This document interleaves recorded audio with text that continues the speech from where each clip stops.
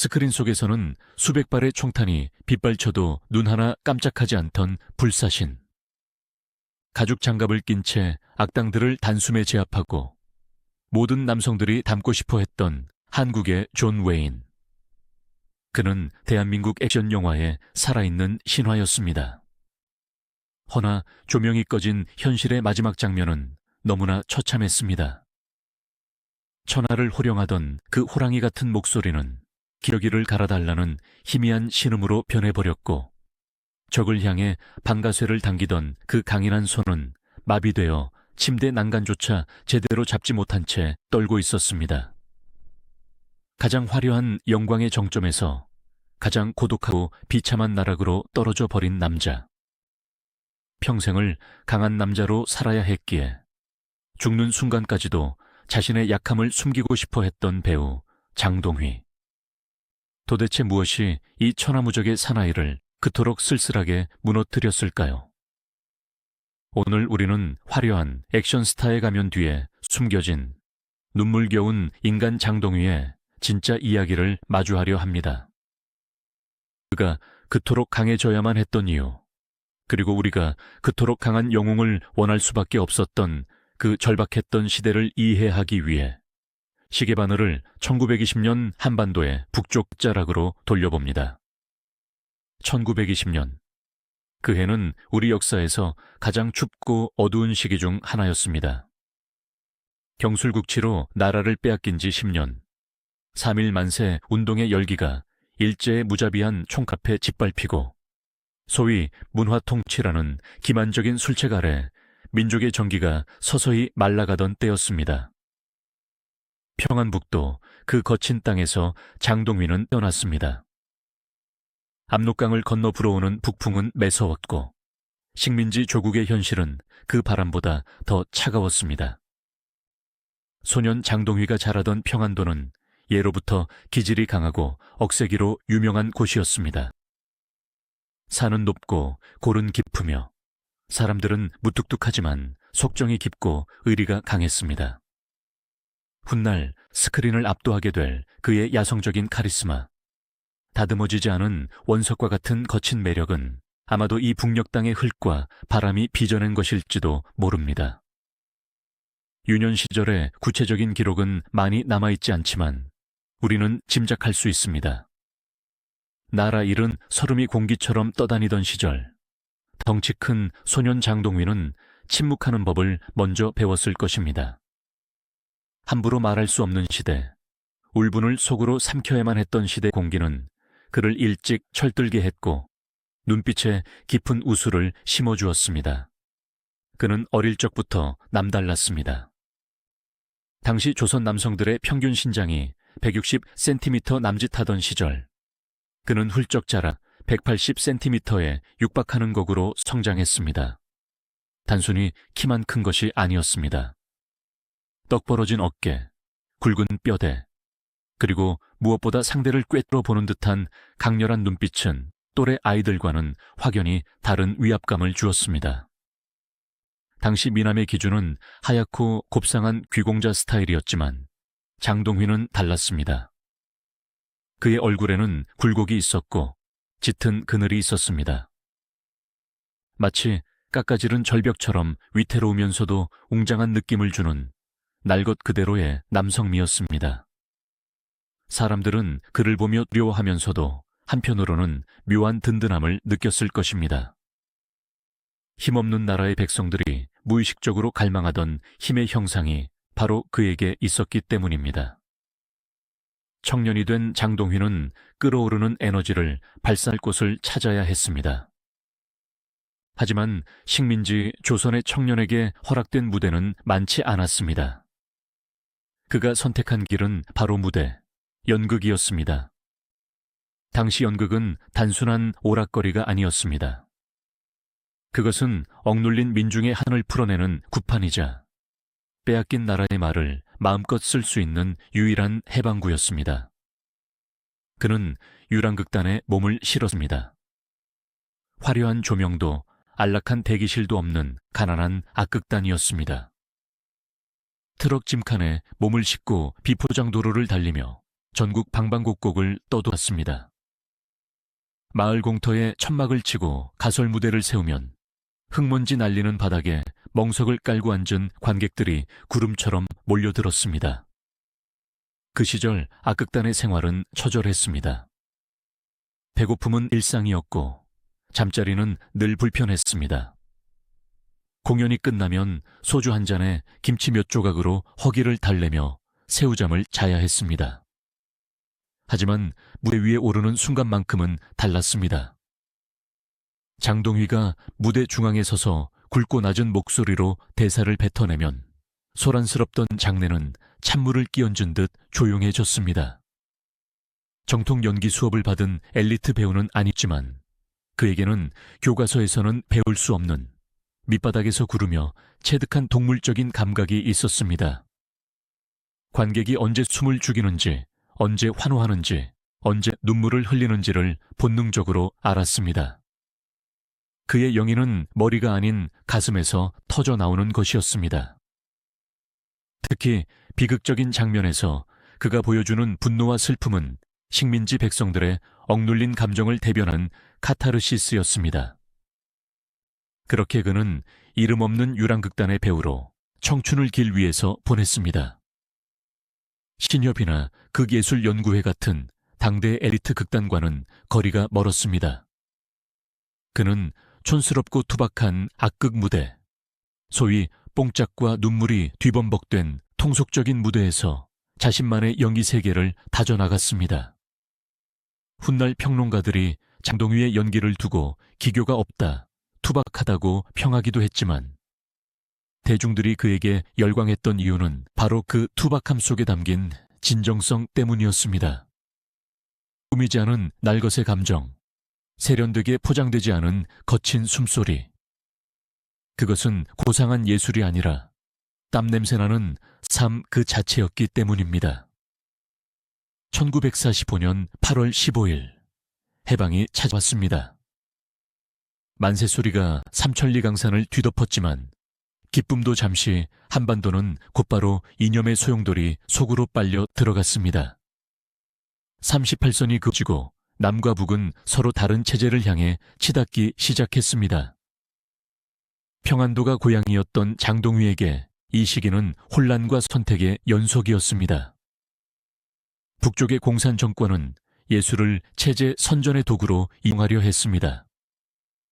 자유로운 영혼을 가진 장동휘에게 사상을 강요하고 예술을 통제하는 분위기는 견딜 수 없는 질식감을 주었을 것입니다. 그는 결국 자유를 찾아 남쪽으로 내려오는 대열에 합류합니다. 월남. 그것은 단순히 거주지를 옮기는 것이 아니라 고향과 가족, 그리고 자신의 과거와 생이별을 구하는 목숨을 건 도박이었습니다.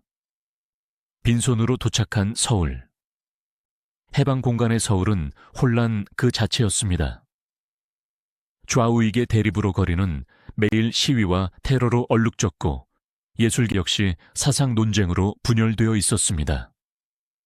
하지만 그 혼란 속에서도 장동휘는 묵묵히 무대를 지켰습니다. 정치적인 발언을 하거나 특정 세력에 줄을 서는 대신 오직 연기로만 말하려 했습니다. 그러나 시대는 그를 가만히 두지 않았습니다. 역사의 거대한 수레바퀴는 그를 향해 맹렬히 굴러오고 있었습니다. 1950년 6월 25일, 한반도의 운명을 가르고 장동휘라는 한 인간의 운명까지 송두리째 바꿔놓을 전쟁이 발발한 것입니다. 전쟁은 모든 것을 파괴했지만 역설적이게도 장동휘라는 배우를 재발견하는 계기가 되었습니다. 포탄이 터지고 건물이 무너지는 아수라장 속에서 사람들은 생존을 위해 몸부림쳤습니다. 죽음이 일상이 된 그 참혹한 시간 동안 인간의 가장 밑바닥 본성이 드러났습니다. 장동휘는 그 지옥 같은 현장을 두 눈으로 똑똑히 목격했습니다. 전우가 눈앞에서 죽어나가는 모습, 피난민들의 절규, 굶주린 아이들의 눈동자. 이 모든 비극적 체험은 훗날 그의 영희 인생에 씻을 수 없는 흔적을 남기게 됩니다. 그가 연기하는 군인, 그가 연기하는 전쟁 영웅이 그토록 사실적이고 처절하게 느껴졌던 이유는 그가 전쟁을 흉내낸 것이 아니라 전쟁의 공포를 뼛속 깊이 기억하고 있었기 때문입니다. 전쟁이 멈추고 휴전이 선언된 1953년, 대한민국은 폐허가 되었습니다. 남은 것은 무너진 건물 잔해와 상처 입은 사람들 뿐이었습니다. 그러나 잿더미 위에서도 삶은 계속되어야 했습니다. 사람들은 다시 시장을 열고 집을 고치고 밥을 지었습니다. 그리고 그 고단한 삶을 위로해줄 무언가를 찾기 시작했습니다. 바로 이 시점, 한국 영화계에 운명적인 작품 하나가 기획되고 있었습니다. 이강천 감독의 영화 피아골입니다. 지리산 빨치산들의 처절한 말로를 그린 이 영화는 당시로서는 파격적인 기획이었습니다. 휴전 직후 여전히 방공 이데올로기가 섯을 펄었던 시절의 적군인 빨치산의 인간적인 고뇌와 내면을 다룬다는 것은 엄청난 모험이었습니다. 이강천 감독은 고민에 빠졌습니다. 빨치산 대장 아가리 역을 맡을 배우를 찾지 못했기 때문입니다. 이 역할은 단순한 악역이 아니었습니다. 잔혹하고 냉혈하지만 동시에 부대원들을 휘어잡는 압도적인 카리스마와 짐승 같은 생존 본능을 가진 인물이어야 했습니다. 당시 충무로의 주연급 배우들은 대부분 선이 곱고 낭만적인 이미지를 가지고 있어 이 거친 야수 같은 배역을 소화하기엔 역부족이었습니다. 그때 누군가 장동휘를 추천했습니다. 연극 무대에서 잔뼈가 굵은 덩치 크고 인상 험악한 배우가 있다고 말입니다. 감독과 장동휘의 첫 만남. 아마도 감독은 장동휘를 보자마자 찾았다고 무릎을 쳤을 것입니다. 180cm가 넘는 거구, 부리부리한 눈, 그리고 무엇보다 그에게서 뿜어져 나오는 다듬어지지 않은 야생의 기운. 그것은 감독이 머릿속으로만 그리던 빨치산 대장 그 자체였습니다. 장동휘에게도 이것은 일생일대의 기회였습니다.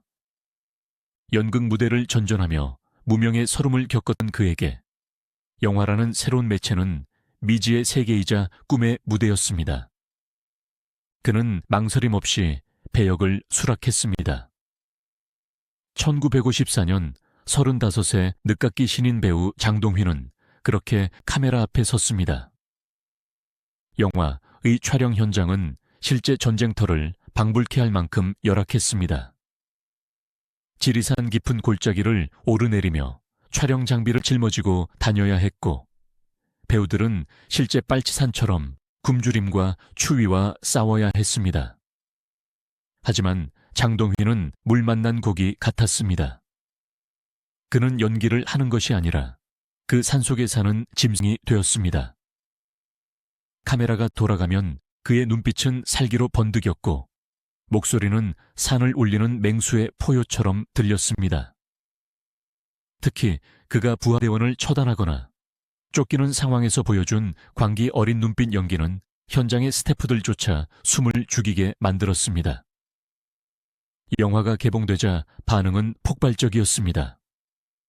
물론 영화 자체는 빨치산을 너무 인간적으로 그렸다는 이유로 당국의 검열에 걸려 상영 중지 위기를 겪기도 했고 반공법 위반 논란에 휘말리기도 했습니다.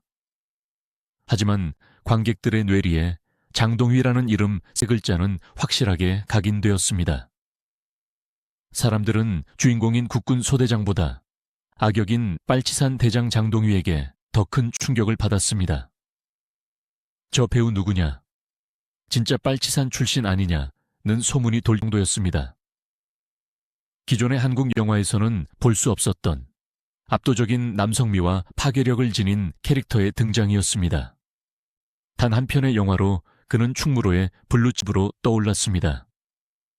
데뷔작이 곧 그의 대표작이 된 것입니다.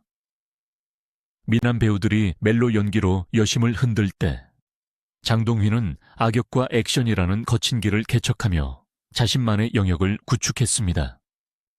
그것은 액션 스타 장동휘의 탄생을 알리는 서막이자 한국 영화계의 남성성이라는 새로운 화두가 던져지는 순간이었습니다. 이제 충무로는 더 이상 예쁘장한 도련님들의 놀이터가 아니었습니다. 땀과 피, 화약 냄새가 진동하는 진짜 사나이들의 전장이 펼쳐지려 하고 있었습니다. 그리고 그 전장의 맨 선두에 검은 그림자를 길게 들이운 거인 장동휘가 서 있었습니다. 하지만 그 화려한 대비 뒤에는 아무도 예상치 못한 비극의 씨앗이 자라고 있었습니다. 너무나 강렬했던 첫인상은 그를 평생 강한 남자라는 이미지의 감옥에 가두는 족쇄가 되기도 했습니다. 대중은 그에게서 나약함을 허락하지 않았습니다. 그는 언제나 이겨야 했고 언제나 강해야 했으며 언제나 울지 않아야 했습니다.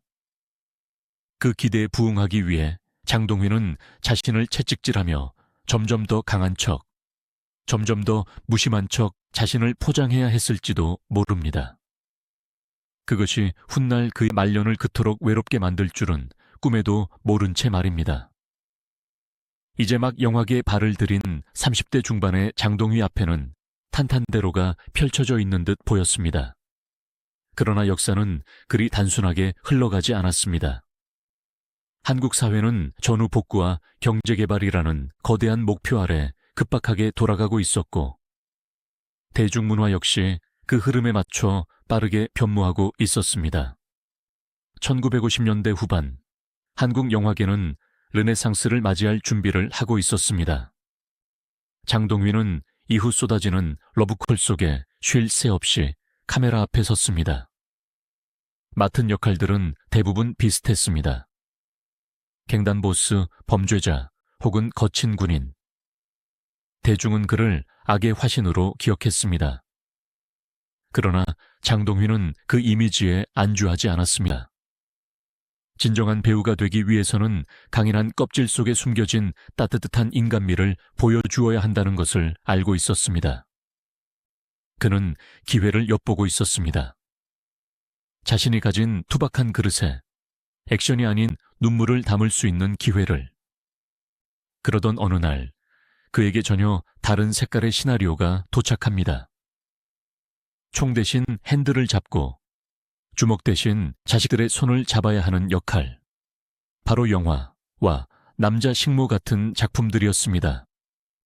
사람들은 의아해했습니다.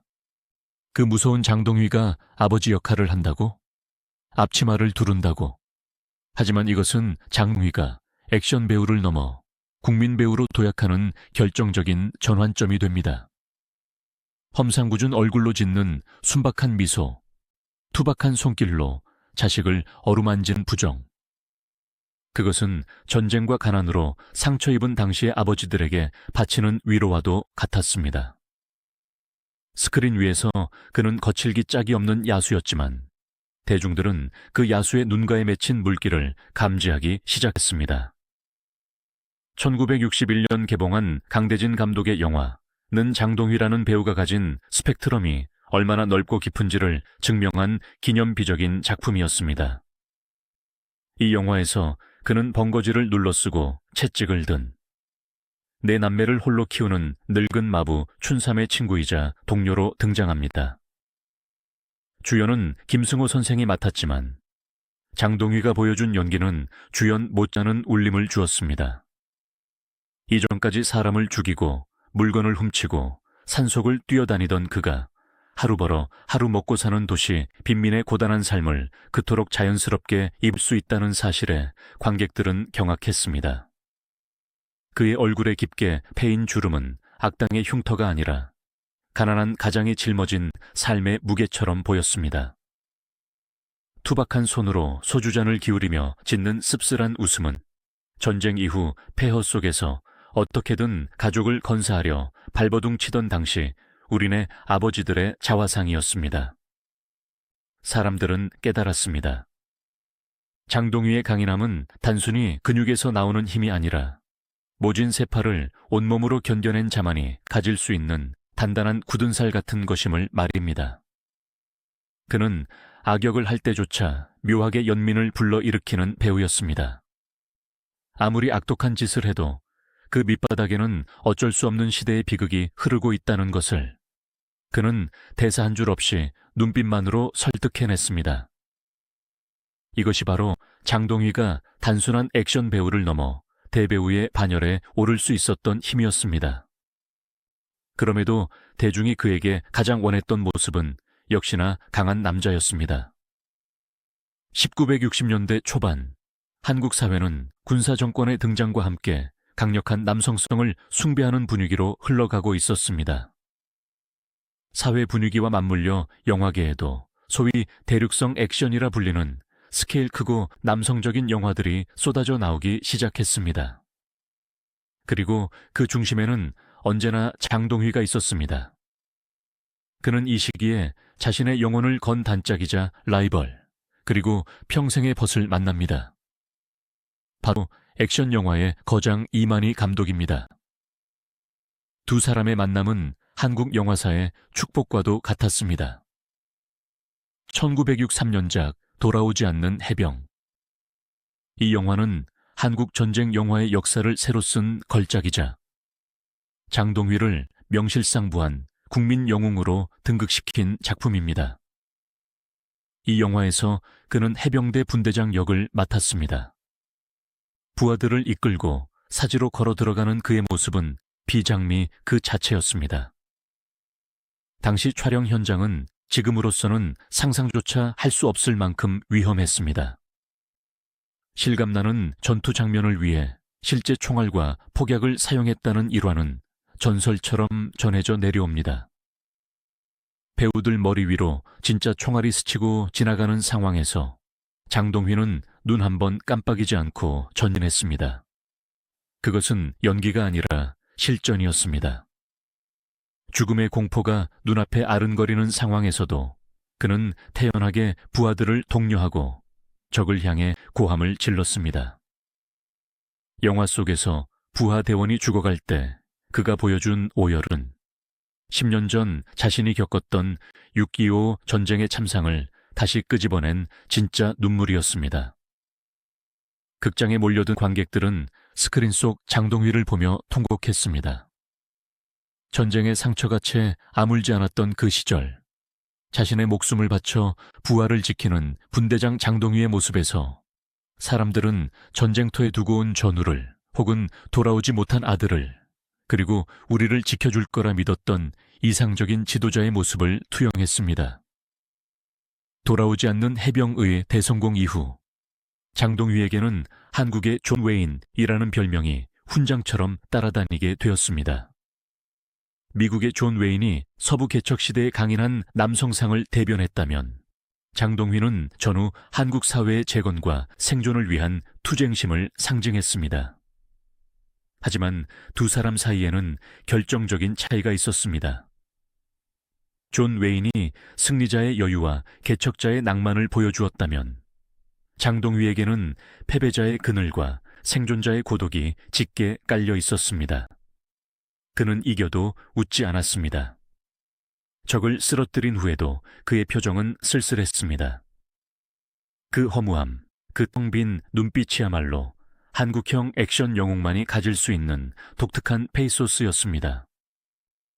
1960년대 중반, 장동휘의 인기는 하늘을 찔렀습니다.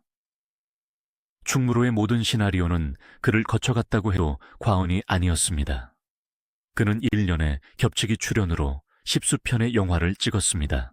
아침에는 전쟁터에서 총을 쏘고, 점심에는 멜로 영화에서 여배우를 안고, 저녁에는 사극에서 칼을 휘두르는 살인적인 스케줄이었습니다. 몸이 10개라도 모자랐지만 거절하는 법을 몰랐습니다. 아니, 정확히 말하면 거절할 수 없었습니다. 그가 출연하지 않으면 영화 투자가 이루어지지 않았기 때문입니다. 지방 흥행사들은 장동휘가 나오느냐 안 나오느냐를 따져 성금을 건넸습니다. 이름 석자가 곧 보증수표였습니다. 당시 그의 출연료는 집 한 채 값에 맞먹을 정도였습니다. 돈이 가만히로 들어온다는 말이 돌았습니다. 최고급 양복을 맞춰 입고 외제 승용차를 타고 다니며 충무로의 밤을 지배했습니다. 하지만 스크린 밖 인간 장동휘는 영화 속 이미지와는 또 달랐습니다. 그는 호탕하고 소탈했습니다. 오야붕 기질이 다분했습니다. 촬영이 끝나면 스태프들과 단역 배우들을 모두 끌고 가서 술을 사고 밥을 샀습니다. 돈 없는 후배가 찾아오면 지갑에 있는 돈을 몽땅 털어 쥐어보냈습니다. 사나이가 쪼잔하게 돈을 아끼냐는 것이 그의 지론이었습니다. 그의 주변에는 늘 사람들이 들끓었습니다. 그는 사람을 좋아했고 술을 좋아했고 분위기를 좋아했습니다. 자신이 번 돈이 어디로 새 나가는지 꼼꼼히 따지는 것은 그의 성격에 맞지 않았습니다. 어차피 내일 또 촬영장에 가면 돈은 들어올 것이라고 믿었습니다. 아니, 믿었다기보다는 생각조차 하지 않았을 것입니다. 그에게 돈은 쌓아두는 것이 아니라 사람들과 나누고 즐기기 위한 수단에 불과했습니다. 이러한 그의 경제관념, 혹은 경제관념의 부재는 훗날 그가 겪게 될 비극의 씨앗이 되고 있었지만 그 화려한 전성기의 한복판에서 그 누구도, 심지어 본인조차 그 위험을 감지하지 못했습니다. 태양은 너무나 뜨겁게 타오르고 있었고 그림자는 발밑에 가려 보이지 않았기 때문입니다. 이 시기 장동휘의 연기 파트너들을 언급하지 않을 수 없습니다. 박노식, 허장강. 이들과 함께한 콤비 플레이는 한국 액션 영화의 황금기를 이끌었습니다. 특히 허장강과의 호흡은 절묘했습니다. 날카롭고 야비한 악역을 도맡았던 허장강과 묵직하고 우직한 장동휘의 대립은 언제나 관객들의 손에 땀을 쥐게 했습니다. 화면 속에서는 서로 총구를 겨누고 으르렁거렸지만 카메라가 꺼지면 두 사람은 둘도 없는 술친구였습니다. 서로의 눈만 봐도 다음 대사가 무엇인지 알았습니다. 장동휘가 묵직한 바위라면 박노식은 불같은 용암이었고 허장강은 날카로운 칼날이었습니다. 이 개성 강한 사나이들이 빚어내는 앙상블은 헐리우드의 그 어떤 영화보다 뜨겁고 강렬했습니다. 장동휘의 액션에는 그만의 시그니처가 있었습니다.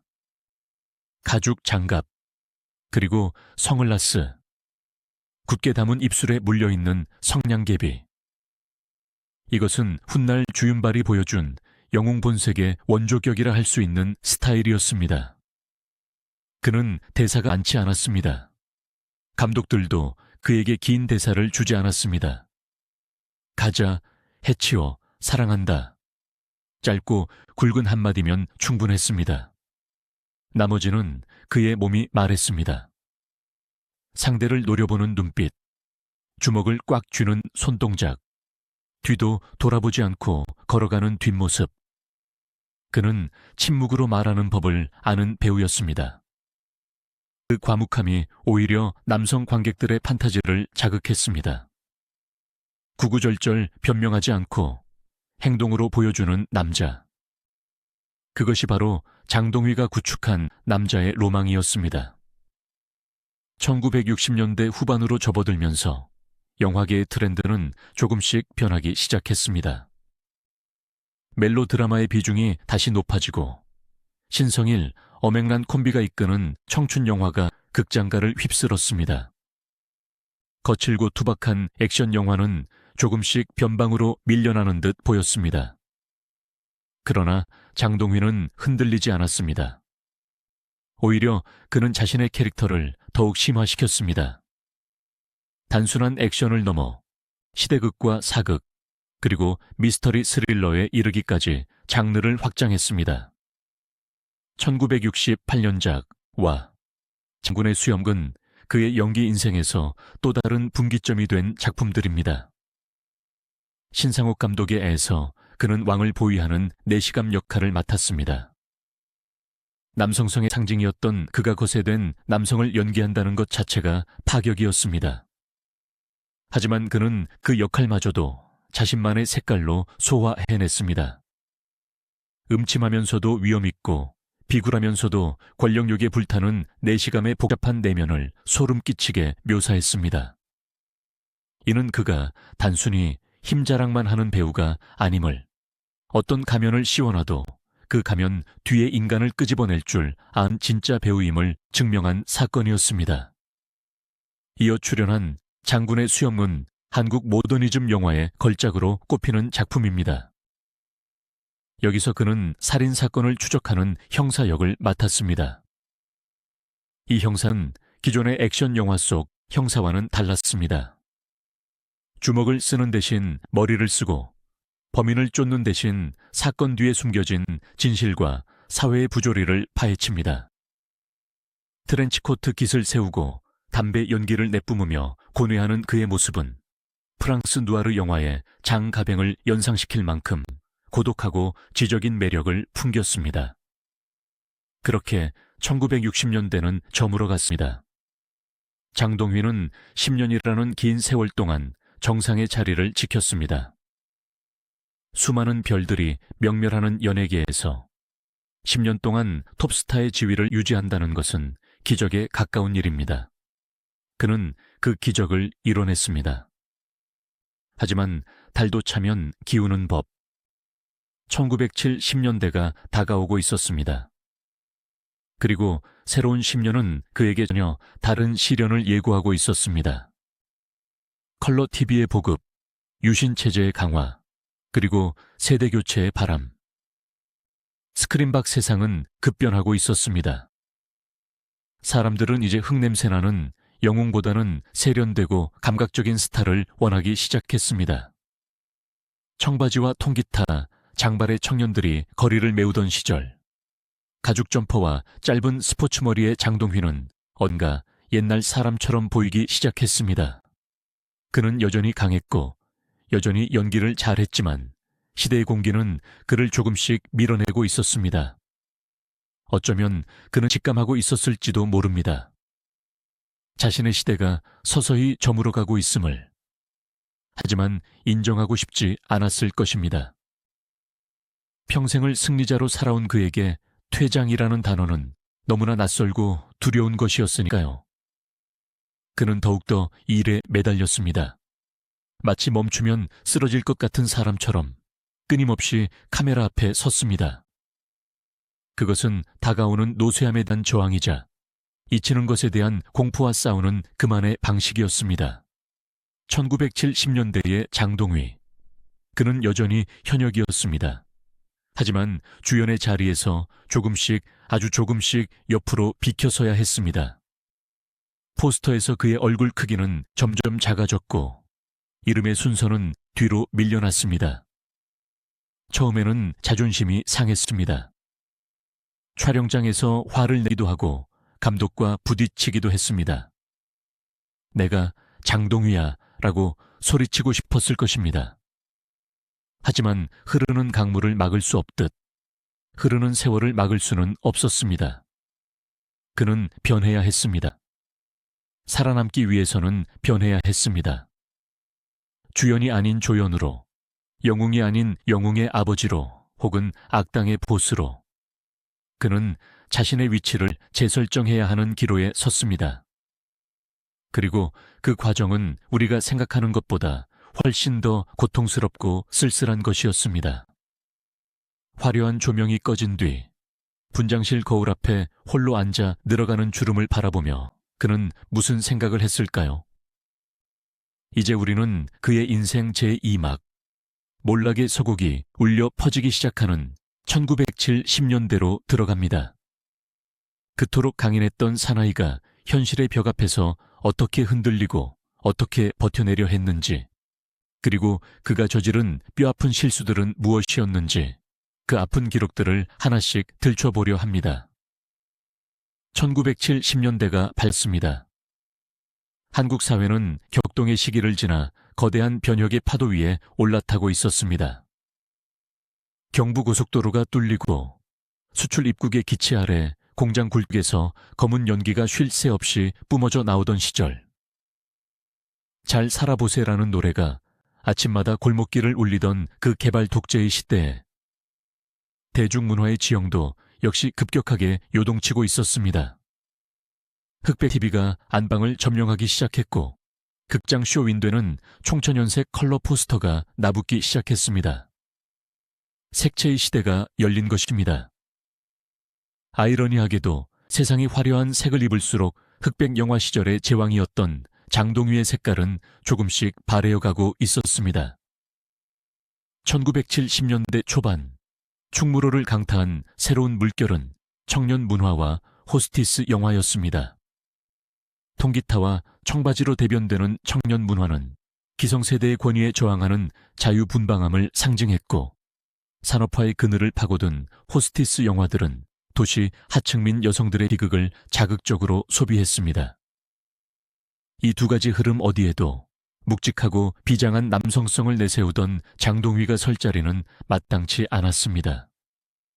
그는 너무 무거웠고 너무 진지했으며 무엇보다 옛날 사나이의 냄새가 짙게 배어 있었습니다. 관객들은 이제 비장한 영웅의 희생보다는 당장 내일의 밥벌이를 걱정하는 소시민의 애환이나 감각적인 사랑 이야기에 더 열광했습니다. 물론 그가 하루아침에 사라진 것은 아니었습니다. 썩어도 준치라고 장동휘라는 이름값은 여전히 유효했습니다. 허나 그에게 주어지는 배역의 질감은 60년대와는 확연히 달라져 있었습니다. 과거의 그는 사건을 해결하고 적을 물리치고 여주인공을 구해내는 해결사였습니다. 그러나 70년대의 시나리오 속에서 그는 사건의 주변부로 밀려나 있었습니다. 주인공의 완고한 아버지, 조직의 뒤를 봐주는 은퇴한 보스, 혹은 과거의 영광에 젖어 사는 늙은 형사. 그것이 그에게 허락된 새로운 좌표였습니다. 그는 이 변화를 받아들여야 했습니다. 배우는 선택받는 직업이기에 시대가 원하지 않으면 도태될 수밖에 없다는 냉혹한 생리를 누구보다 잘 알고 있었습니다. 자존심을 꺾고 조연의 자리로 내려왔습니다.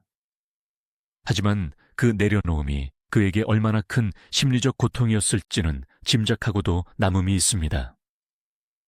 촬영장에서 후배들이 주연 의자에 앉아 스포트라이트를 받을 때 구석진 대기실에서 자신의 순서를 기다리며 담배를 피워 물던 그의 심정은 어땠을까요? 겉으로는 허허, 이제 자네들 세상이구만 하며 웃어 넘겼을지 모르지만 그 웃음 뒤에는 씁쓸한 회한이 짙게 깔려 있었을 것입니다. 이 시기 그의 필모그래피에서 놓치지 말아야 할 작품이 하나 있습니다. 1974년에 개봉한 영화입니다. 임권택 감독이 메가폰을 잡은 이 영화는 국책영화라는 한계에도 불구하고 6.25 전쟁을 다룬 대작으로서 한국 전쟁 영화의 스펙트럼을 넓힌 작품으로 평가받습니다. 여기서 장동휘는 또다시 군복을 입었습니다. 하지만 돌아오지 않는 해병 때와는 달랐습니다. 10년 전에 그가 혈기왕성한 분대장이었다면 에서의 그는 백발이 성성하고 주름이 깊게 패인 지휘관이었습니다. 더 이상 앞장서서 돌격하지 않았습니다. 대신 후방에서 전황을 지시하고 죽어가는 부하들을 보며 고뇌하는 노장의 모습을 보여주었습니다. 이 영화 속 그의 모습은 묘하게 현실의 장동휘와 겹쳐 보입니다. 힘은 빠졌지만 연륜은 깊어졌고 패기는 사라졌지만 무게감은 더해졌습니다. 평론가들은 장동휘의 액션은 끝났지만 장동휘의 영예는 이제부터 시작이다라고 호평하기도 했습니다. 실제로 70년대 중반 그는 액션 배우의 이미지를 벗고 성격파 배우로 변신을 시도했습니다. TV 드라마에도 강한히 얼굴을 비췄습니다. 당시 영화 배우가 TV에 출연하는 것을 격이 떨어지는 일이라 여기던 풍토 속에서 그것은 생존을 위한 처절한 선택이기도 했습니다. 허나 스크린 밖 그의 삶은 위태롭게 흔들리고 있었습니다. 전성기 시절 그가 보여주었던 그 호탕함, 그놈의 의리가 부메랑이 되어 돌아오기 시작한 것입니다. 1970년대 한국 경제는 고도 성장을 이룩하며 부동산 투기 붐이 일고 주식시장이 꿈틀대기 시작했습니다. 돈 냄새를 맡은 사람들은 악착같이 재산을 불려 나갔습니다. 그러나 장동휘는 그런 재테크와는 담을 쌓고 살았습니다. 그에게 돈이란 버는 것이 아니라 쓰는 것이었습니다. 그의 주변에는 늘 하이에나 같은 무리들이 맴돌았습니다. 형님, 이번에 좋은 사업 아이템이 있는데 투자 좀 하시죠. 선생님, 제가 급전이 필요한데 보증 좀 서주실 수 없겠습니까? 사람 좋고 거절 못하는 장동휘는 그들의 먹잇감이 되기에 딱 좋았습니다. 그는 의심할 줄 몰랐습니다. 자신이 베푼 만큼 세상도 자신에게 관대할 것이라 믿었습니다. 사기꾼들의 가머니설에 속아 뭉칫돈을 건네기도 했고 후배의 빚보증을 섰다가 대신 갚아주는 일도 부지기수였습니다. 아내는 속이 타들어갔습니다. 여보, 제발 남 좋은 일 좀 그만하시고 우리 살 길도 좀 챙겨요. 아내의 간곡한 부탁에도 그는 사나이가 쫀쫀하게 그깟 돈 몇 푼 가지고 그러냐며 큰 소리를 쳤습니다. 그것은 허세였습니다. 무너져가는 자존심을 지키기 위한 마지막 발악 같은 허세였습니다. 밖에서는 여전히 대스타 장동휘로 대접받고 싶었기에 지갑이 텅 비어가는 줄도 모르고 술값을 계산했습니다. 카운터 앞에서 서로 계산하겠다고 실랑이를 벌이다가도 결국 내가 낸다니까 하고 카드를 내미는 것은 언제나 장동휘였습니다. 그 순간의 환호성, 역시 장형님 하는 축혀섬. 그것이 마약처럼 그를 취하게 만들었는지도 모릅니다. 1970년대 후반으로 갈수록 경제 상황은 급속도로 악화되었습니다. 출연료는 예전만 못했고 그나마 들어오는 돈은 빚을 갚거나 생활비를 대기에도 빠듯했습니다. 한때 서울 장안에 내로라 하는 요정을 제 집 드나들듯 했던 그가 동네 포장마차에서 소주잔을 기울이는 날이 늘어갔습니다. 하지만 포장마차에서도 그는 장동휘였습니다. 옆자리 손님들이 그를 알아보고 인사를 건네면 주머니를 털어 그들의 술값까지 계산해주곤 했습니다. 집에는 빈손으로 돌아가면서 말입니다. 가난보다 더 무서운 것은 건강의 적신호였습니다. 평생을 간골이라 자부했던 그였지만 세월의 무게는 육체에도 고스란히 내려앉았습니다. 젊은 시절 대역 없이 소화했던 수많은 액션 장면들은 훈장만 남긴 것이 아니라 골병도 함께 남겼습니다. 관절이 쑤시고 허리가 아팠습니다. 술로 달래오던 위장은 비명을 질러댔고 과로와 스트레스로 인한 고혈압이 그림자처럼 따라붙었습니다. 하지만 병원 가기를 싫어했습니다. 약한 모습을 보이는 것을 죽기보다 싫어했기 때문입니다. 내 몸은 내가 안다는 고집, 그 미련한 고집이 화를 키우고 있었습니다. 영화계의 환경도 그를 더욱 외롭게 만들었습니다. 1970년대 말 한국 영화계는 침체기에 접어들었습니다. TV 보급으로 극장 관객이 줄어들었고 정부의 검열은 더욱 심해졌습니다. 제작 편수가 줄어들면서 배우들의 설 자리는 더욱 좁아졌습니다. 게다가 젊고 새로운 얼굴들이 끊임없이 밀려 들어왔습니다. 두 세대 트로이카인 신성일, 남궁원조차 중견배우 취급을 받는 마당에 장동휘는 이제 원로 대우를 받아야 할 처지였습니다. 원로라는 호칭은 존경의 의미인 동시에 현역에서 물러난 사람이라는 사형 선고와도 같았습니다. 그는 아직 은퇴할 준비가 되어 있지 않았습니다. 마음은 여전히 청춘이었고 연기에 대한 갈증은 여전히 뜨거웠습니다. 하지만 세상은 그에게 은퇴를 종용하고 있었습니다. 선생님, 이제 좀 쉬시죠. 영화사 관계자들의 이 말은 걱정을 가장한 퇴출 통보나 다름없었습니다. 섭외 전화가 뚝 끊긴 날, 그는 하루 종일 전화기 옆을 서성이다가 밤이 되면 멍하니 TV를 바라보며 술을 마셨습니다. TV 속에서는 자신보다 연기도 못하고 얼굴도 반반하지 않은 애송이들이 주연을 맡아 설치고 있었습니다. 저게 무슨 연기라고. 혀를 차면서도 그의 눈가는 젖어들었습니다. 질투가 아니었습니다. 서러움이었습니다. 무대에서 내려와야 할 시간이 다가오고 있음을 직감한 늙은 사자의 서러움이었습니다. 이 시기 그의 유일한 낙은 과거의 필름들을 돌려보는 것이었을지도 모릅니다. 흑백 화면 속에서 펄펄 날아다니던 젊은 날의 장동휘. 그는 그 화면 속에 갇혀 살고 싶었을 것입니다. 현실의 그는 늙고 병들고 가난해져 가고 있었지만 필름 속의 그는 영원히 늙지 않는 불사신이었으니까요. 그 괴리감, 과거의 영광과 현재의 초라함 사이 그 거대한 간극이 그의 영혼을 조금씩 갉아먹고 있었습니다. 1979년 10월 26일 사태가 터지고 서울의 봄이 찾아오는 듯했으나 곧이어 신군부의 등장으로 시대는 다시 한번 얼어붙었습니다. 1980년대라는 새로운 시대의 개막. 장동휘에게 80년대는 희망의 연대가 아니었습니다.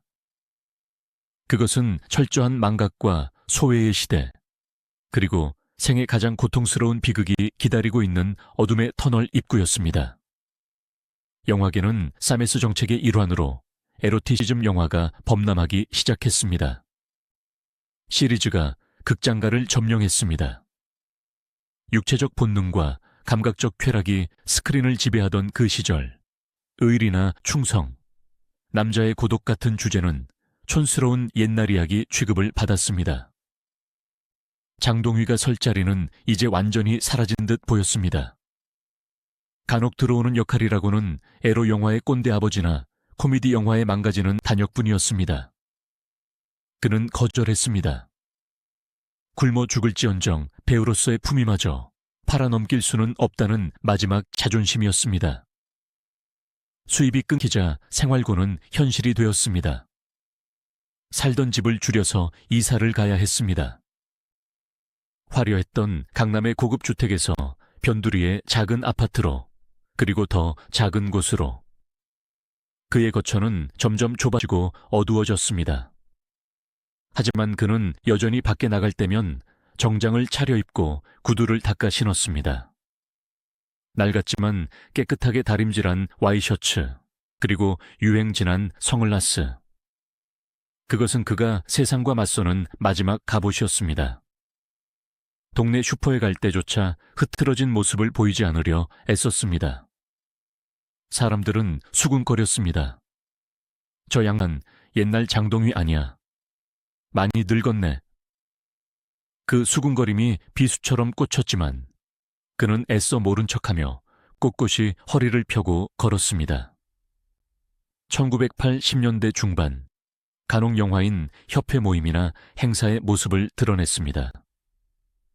그 자리는 그에게 기쁨보다는 고통을 주는 자리였을 것입니다. 성공한 후배들, 빌딩을 샀다는 동료들 이야기를 들으며 쓴웃음을 지어야 했습니다. 형님, 요즘은 통 안 보이십니다. 라는 인사말이, 형님 이제 한물 가셨군요. 라는 조롱처럼 들렸을지도 모릅니다. 그는 점점 사람들을 피하게 되었습니다. 고립. 스스로 선택한 유배 생활이 시작된 것입니다. 집안에 틀어박힌 그는 말수가 줄어들었습니다. 하루 종일 창밖을 내다보거나 멍하니 벽을 응시하는 시간이 늘어났습니다. 아내가 말을 걸어도 단답형으로 대답할 뿐 대화는 이어지지 않았습니다. 마음속에는 깊은 우울의 늪이 생겨나고 있었습니다. 평생을 에너지를 발산하며 살았던 그가 그 에너지를 안으로만 사겨야 했으니 속이 썩어 들어가는 것은 당연한 일이었습니다. 화병, 울분이 가슴에 쌓여 독이 된 것입니다. 그리고 예고된 재앙이 서서히 다가오고 있었습니다. 몸 안에서 시한폭탄이 째깍거리고 있었습니다. 혈압은 치솟았고 혈관은 딱딱하게 굳어가고 있었습니다. 하지만 아무에게도 아프다는 말을 하지 않았습니다. 아픈 것은 약한 것이고 약한 것은 사내답지 못한 것이라는 구시대적 신념이 그를 침묵하게 만들었습니다. 그 침묵이 얼마나 무서운 결과를 초래할지 그때는 아무도 알지 못했습니다. 우리는 흔히 스타의 삶을 동경합니다. 화려한 조명, 대중의 환호, 그리고 부와 명예. 하지만 장동휘의 70년대와 80년대 초반을 들여다보면 그 화려함 뒤에 숨겨진 그림자가 얼마나 짙고 차가운지를 뼈저리게 느끼게 됩니다. 그는 준비 없이 노년을 맞이한 수많은 우리네 아버지들의 표상이기도 했습니다. 젊은 날 가족과 회사를 위해 모든 것을 바쳤지만 은퇴 후 빈겁대기만 남은 채 사회로부터 소외당하는 그 쓸쓸한 뒷모습들이 장동휘의 삶에 오버랩됩니다. 이제 이야기는 그의 인생에서 가장 비극적이고 가장 처절했던 시기로 넘어갑니다. 1990년대, 그토록 강인했던 육체가 무너져 내리고 평생을 지켜온 자존심이 산산조각나는 고통의 시간들. 침대에 묶인 호랑이가 되어버린 장동휘. 그 처참한 말년의 기록을 마주해야 할 시간입니다. 눈물 없이는 볼 수 없는, 그러나 반드시 기억해야 할 인간 장동휘의 진짜 드라마는 이제부터가 클라이맥스입니다. 1990년대가 열렸습니다. 대한민국은 건국 이래 유례없는 풍요와 소비의 시대로 진입하고 있었습니다. 압구정동에는 오렌지족이 거리를 누비고 서태지와 아이들이라는 새로운 문화 대통령이 탄생했습니다. 모든 것이 빠르고 경쾌하고 감각적인 세상이었습니다. 그러나 화려한 넌사인이 서울의 밤을 대낮처럼 밝히던 그 시각, 한때 충무로의 제왕이었던 장동휘의 시간은 멈춰버린 시계바늘처럼 제자리 걸음을 하고 있었습니다. 세상은 그를 잊어가고 있었습니다. 아니, 어쩌면 그는 세상이 자신을 잊어주기를 바랐는지도 모릅니다.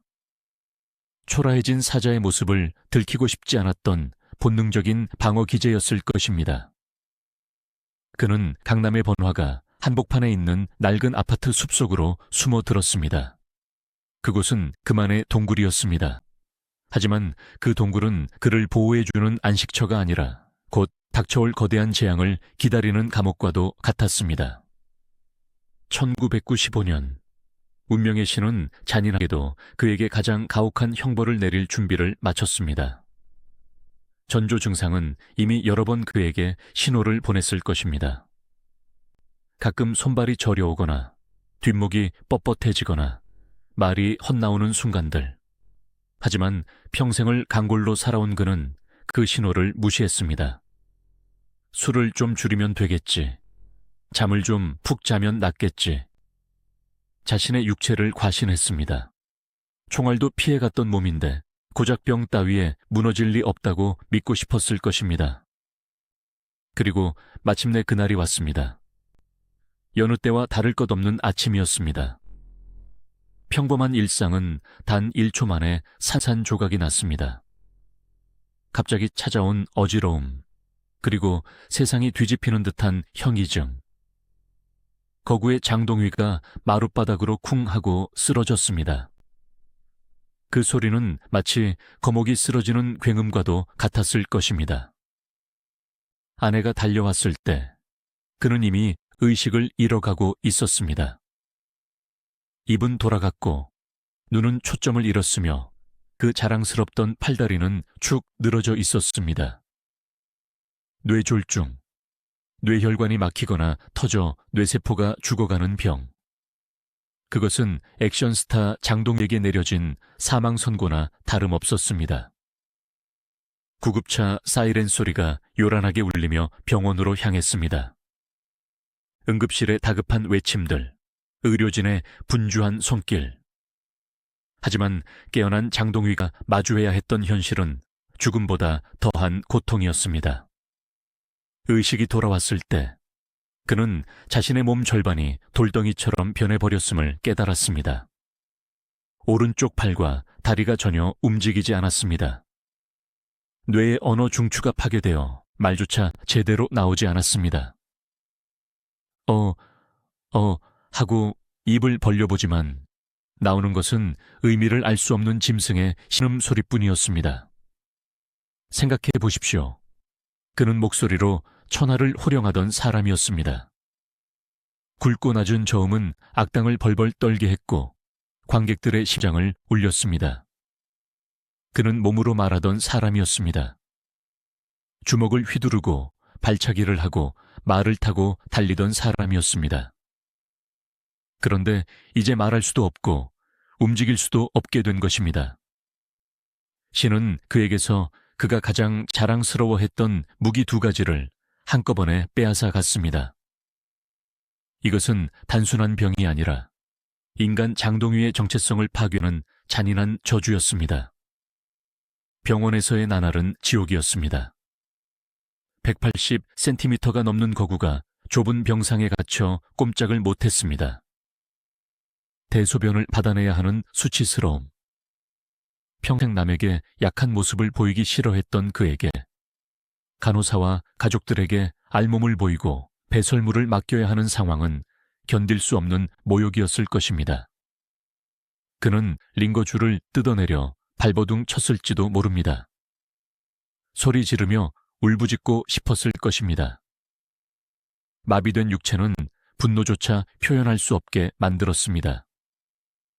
그저 한쪽 눈에서 눈물만 주르륵 흘러내릴 뿐이었습니다.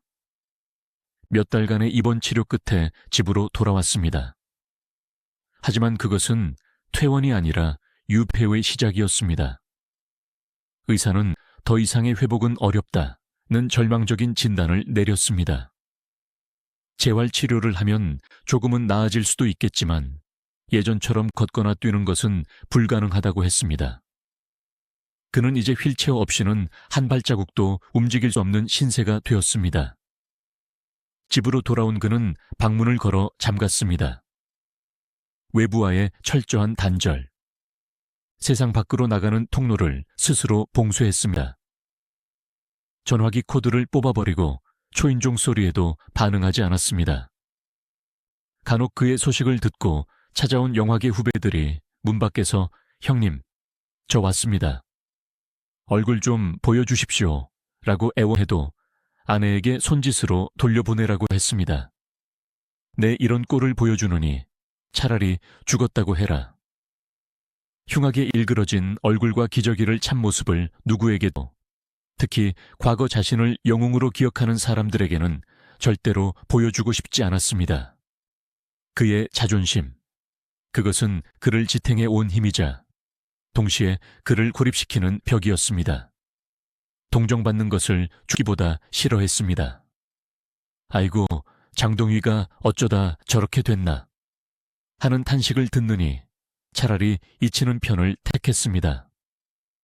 어둠 속에 웅크린 채 과거에 화려했던 기억들을 갉아먹으며 하루하루를 버텼습니다. 그러나 자존심만으로 해결되지 않는 현실적인 문제가 있었습니다. 바로 돈이었습니다. 병원비는 눈덩이처럼 불어났고 장기간의 간병비와 약값은 가뜩이나 바닥난 장호를 빠르게 갉아먹었습니다. 수입은 0원.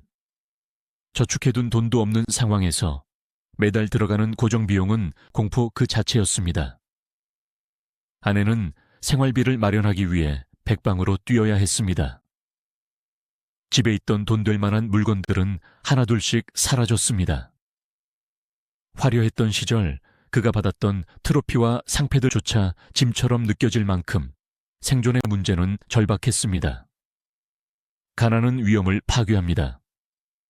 한때 최고의 개런티를 받던 대스타가 이제는 단돈 몇만 원 때문에 전전긍긍해야 하는 처지가 되었습니다. 약을 살 돈이 모자라 싼 약으로 바꿔야 했고 난방비를 아끼기 위해 냉골에서 지내야 했습니다. 겨울이 되면 뼈마디가 시려 잠을 이루지 못했지만 그는 신음소리조차 낼 수 없어 이불을 꽉 깨물어야 했습니다. 이 비참한 소식이 영화계에 아주 조금씩 은밀하게 퍼져나갔습니다. 장동위 선생님이 많이 편찮으시다더라. 쌀독이 비었다더라. 소문을 들은 원로 영화인들이 십시일반 돈을 모아 전달하기도 했습니다. 하지만 그것은 언발의 오줌 누기였습니다. 근본적인 해결책이 될 수 없었습니다. 당시 한국에는 원로 예술인들을 위한 복지 시스템이 전무하다시피 했습니다. 평생을 한국 영화 발전에 바친 공로자였지만 국가나 영화계 차원의 체계적인 지원은 없었습니다. 그는 철저히 개인으로서 그 모든 고통을 감당해야 했습니다. 다행히 뒤늦게나마 영화인들의 움직임이 있었습니다. 한국영화인복지재단이 설립되면서 생활고를 겪는 원로 영화인들에게 매달 생활보조금을 지급하기로 한 것입니다. 장동휘 역시 대상자로 선정되었습니다.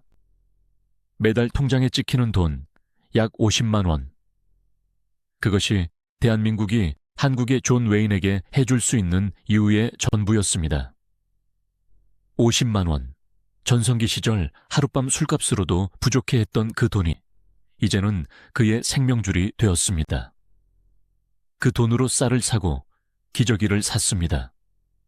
통장을 받아든 아내의 손이 떨렸고 그 사실을 아는지 모르는지 멍하니 천장만 바라보는 장동휘의 눈가는 짓물러 있었습니다. 아내의 헌신적인 간호는 눈물겨웠습니다. 대소변을 받아내고 욕창이 생기지 않도록 2시간마다 무거운 몸을 돌려 눕히고 굳어가는 근육을 마사지해 주었습니다. 그녀 역시 늙고 병든 몸이었지만 남편을 위해 초인적인 힘을 발휘했습니다. 그녀는 장동휘의 손이자 발이었고 다친 입을 대신하는 목소리였습니다. 때로는 남편의 짜증과 투정을 다 받아내야 했습니다. 뇌졸중 환자들은 감정 조절이 잘 되지 않아 툭하면 화를 내거나 우는데 장동휘 역시 예외는 아니었습니다. 뜻대로 몸이 움직이지 않으니 소리를 지르려 하고 밥상을 엎으려 했습니다. 그럴 때마다 아내는 남편을 끌어안고 같이 울었습니다. 여보, 제발 이러지 마요. 두 노부부의 처절한 사투. 좁은 방 안에서 벌어지는 이 소리 없는 전쟁은 1년이 지나고 2년이 지나고 어느덧 5년을 넘기고 있었습니다. 강산이 변한다는 10년의 절반이 흐르는 동안 장동휘는 침대와 휠체어에 갇혀 계절이 바뀌는 것을 창밖의 풍경으로만 짐작해야 했습니다. 봄에는 벚꽃이 피는 것을 먼밭에서 보았고 겨울에는 눈이 쌓이는 것을 보았습니다. 그 풍경들 속에서 그는 자신의 젊은 날을 보았을 것입니다. 피아골에 눈 덮인 산, 베트남의 정글, 그리고 명동의 화려했던 거리. 기억은 또렷한데 현실은 시궁창인 이 지독한 인지 부조화 속에서 그는 서서히 말라갔습니다. 가끔 TV에서 흘러나오는 옛날 영화, 방송은 그에게 고문이자 위로였습니다. TV 화면 속에 젊은 장동휘가 기관총을 난사하며 달리고 있습니다. 그러면 침대에 누운 늙은 장동휘의 눈동자가 흔들립니다. 저게 나인데, 저 강한 남자가 나인데. 그는 마비된 손을 들어 허공을 휘적거립니다. 마치 화면 속의 자신을 잡으려는 듯, 혹은 그 시절로 돌아가고 싶은 듯. 하지만 손은 힘없이 침대 시트 위로 툭 떨어질 뿐입니다. 그 모습을 지켜보는 가족들의 가슴은 미어집니다. 과거의 영광이 현재의 비참함을 더욱 돋보이게 만드는 잔인한 역설. 그것이 장동휘의 말년을 지배하는 정서였습니다. 세월은 무심하게 흘러 2000년대가 되었습니다. 밀레니엄의 흥분이 세상을 뒤덮었지만 장동휘의 방에는 여전히 정적만이 감돌았습니다. 1995년에 쓰러진 후 5년. 그는 이제 대중들의 기억 속에서 거의 지워진 존재가 되었습니다. 젊은 세대들은 장동휘라는 이름조차 알지 못했습니다. 인터넷이라는 새로운 세상에서는 아이돌 스타들의 이야기가 넘쳐났고 흑백 영화 시절의 영웅 따위는 검색어 순위에도 오르지 못했습니다.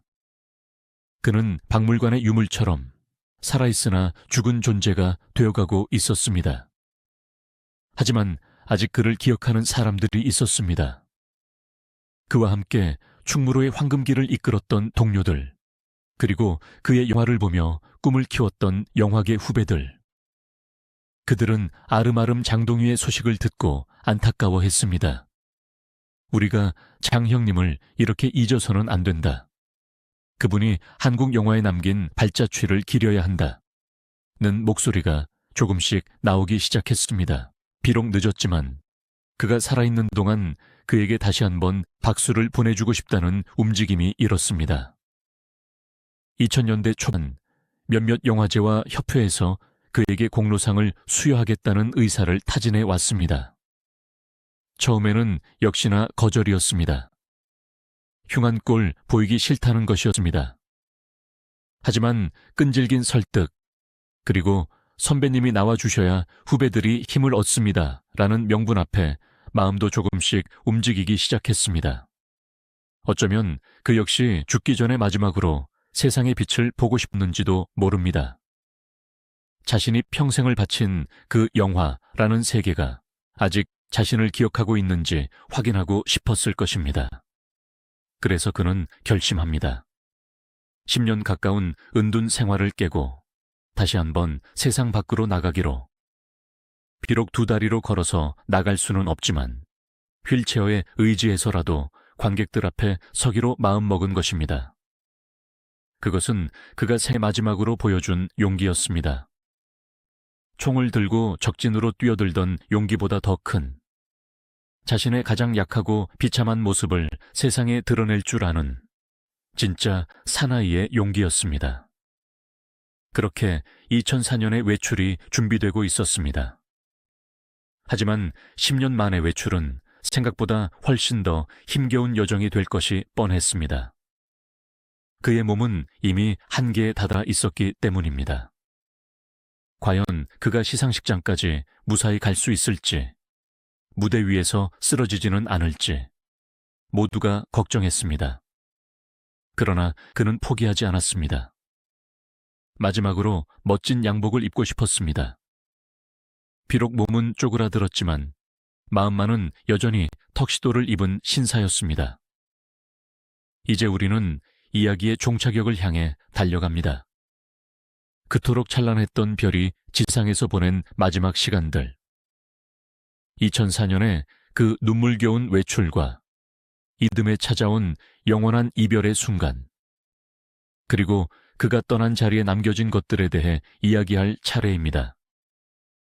한 인간의 생애가 어떻게 역사라는 거대한 흐름 속에 녹아들고 또 어떻게 잊히고 기억되는지를 보여주는 마지막 장이 우리를 기다리고 있습니다.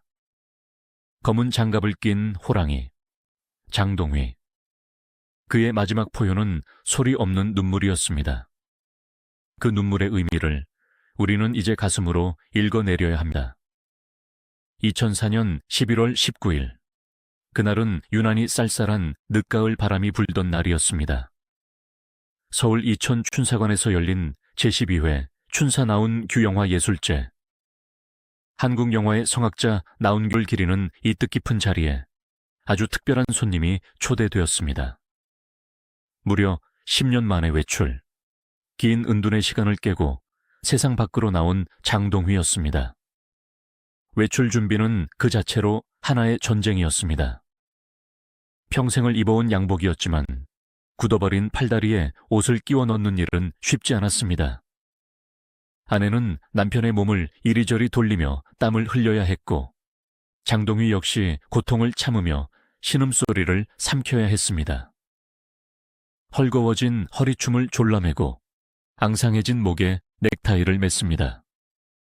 그리고 마지막으로 그의 분신과도 같은 검은 선글라스를 씌워드렸습니다.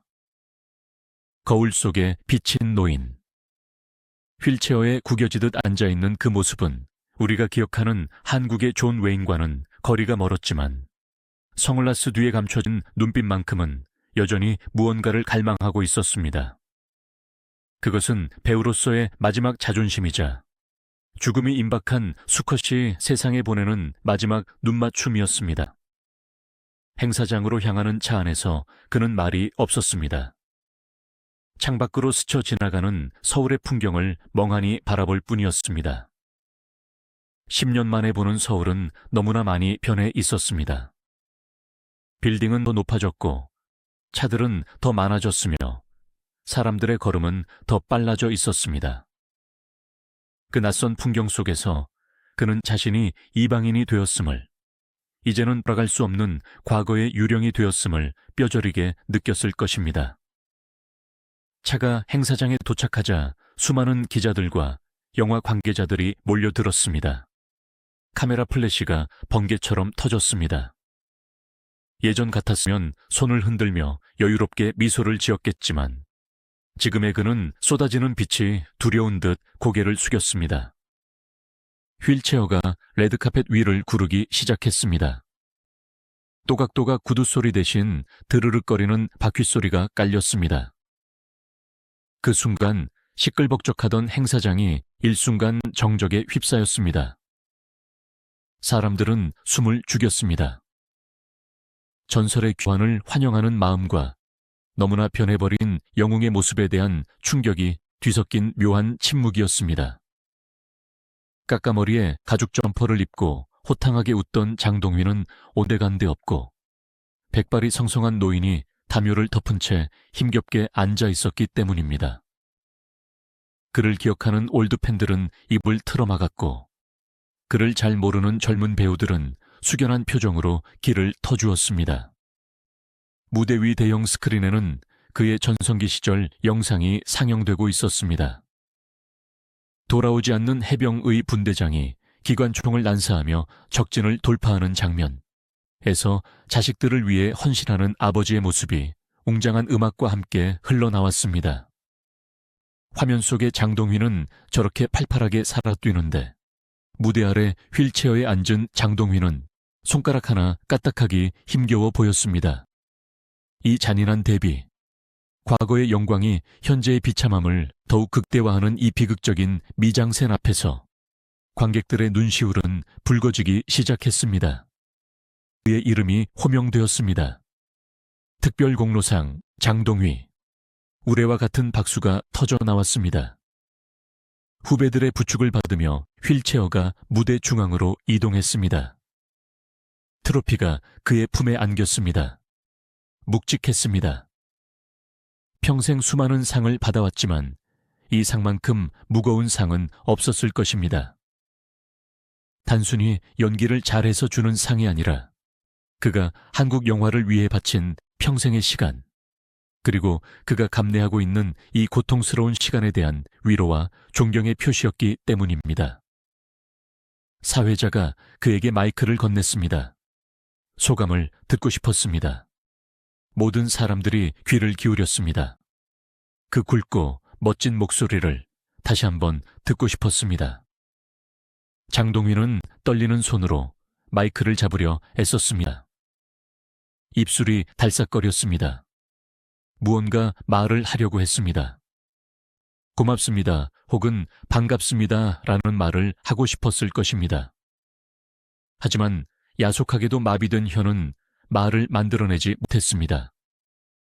입안에서 운걸거리는 소리만 맴돌 뿐 끝내 언어가 되어 나오지 않았습니다. 그 순간 선글라스 밑으로 굵은 눈물방울이 뚝뚝 떨어지기 시작했습니다. 말을 할 수 없는 답답함, 자신을 환대해주는 후배들에 대한 고마움, 그리고 이렇게 망가진 모습으로 서야 하는 회한이 뒤섞인 뜨거운 눈물이었습니다. 그가 우는 모습을 본 적이 없던 대중들은 충격을 받았습니다.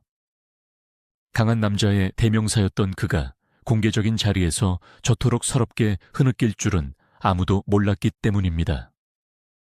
객석에 앉아있던 동료 배우 신영균, 남궁원, 태현실, 그들과 함께 충무로의 황금기를 누렸던 전우들도 함께 울었습니다.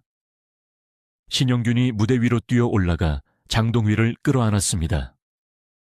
형님, 왜 말씀을 못하십니까? 왜? 두 노배우의 포옹. 그것은 단순히 두 사람의 만남이 아니라 한 시대와의 작별을 구하는 의식과도 같았습니다. 화려했던 16년대, 그 뜨거웠던 청춘의 날들이 이제는 되돌릴 수 없는 추억이 되었음을 확인하는 서글픈 포옹이었습니다. 장동휘는 신영균의 어깨에 고개를 묻고 아이처럼 울었습니다. 그날 그가 흘린 눈물은 아마도 그가 10년 동안 좁은 방 안에서 흘렸던 모든 눈물을 합친 것보다 더 많았을지도 모릅니다. 짧은 외출은 그렇게 끝이 났습니다. 다시 집으로 돌아오는 길, 그는 탈진한 듯 잠이 들었습니다. 하지만 손에는 트로피가 꽉 쥐어져 있었습니다. 누가 뺏어가기라도 할까봐 마비된 손가락을 억지로 구부려 꽉 쥐고 있었습니다. 집에 도착해 다시 낡은 침대에 눕혀졌을 때 그는 비로소 희미한 미소를 지었다고 아내는 회고합니다. 그것은 안도감이었습니다.